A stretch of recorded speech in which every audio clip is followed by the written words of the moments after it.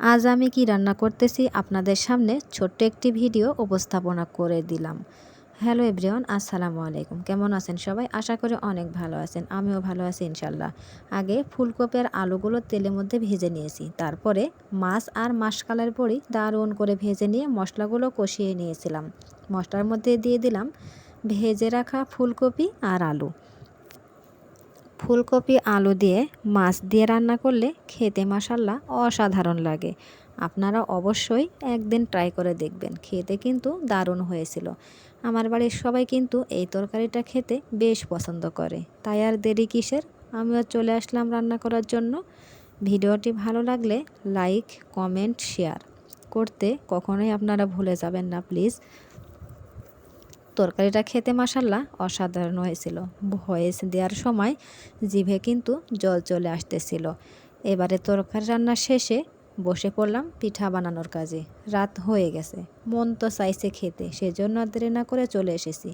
এখানে চিনি দুধ দিয়ে চিনির শিরা করতে তুলে দিয়েছি। এখানে সাদা ফল, এলাচ, তেজপাতা দিয়ে দুধ সুন্দর করে বলক দিয়ে নেবেন। আর এখানে সুন্দর নকশার সাহায্যে আমি সুন্দর সুন্দর শেপ তৈরি করে নিয়েছি। রাতের বেলা পিঠা বানানো হচ্ছে, তেমন কোনো লাইটের ব্যবস্থা এখানে ছিল না, তারপরেও কারেন্টও ছিল না। পিঠাগুলো বানানোর পরে এবার সুন্দর করে তেলের মধ্যে সেঁকে নেওয়া হচ্ছে। সেঁকে নেওয়ার পরে দুধের শিরার মধ্যে পিঠাগুলো ডুবিয়ে দিয়েছিলাম। তারপরে উপর দিয়ে সুন্দর করে গুঁড়া দুধ ছিটিয়ে দিচ্ছি। দেখতে যেরকম মাশাল্লাহ, খেতেও কিন্তু মাশাল্লাহ দারুণ। আপনারা অবশ্যই ট্রাই করে দেখবেন, খেতে কতটা অসাধারণ। শীতের শুরুতেই পিঠা না খেলে কার না ভালো লাগে বলেন তো? সব মানুষই প্রায় দিনে চেষ্টা করবে কিছু না কিছু নতুন আইটেমের পিঠা তৈরি করার জন্য। তাই আমিও দেরি না করে আপনাদের সামনে ছোট্ট একটি ভিডিও নিয়ে চলে এসেছি। প্লিজ অবশ্যই আপনারা ট্রাই করে দেখবেন। রান্না করতে বেশ ভালোই লাগে, মন্দ লাগে না। যদি মাঝে মধ্যে নতুন নতুন কিছু আইটেম থাকে তাহলে তো কোনো কথাই নেই, খেতেও দারুণ লাগে, তৈরি করতেও কিন্তু দারুণ লাগে। তবে 2 থেকে 3 জন মানুষ যদি একসাথে তৈরি করা যায় তাহলে আরও ভালো লাগে।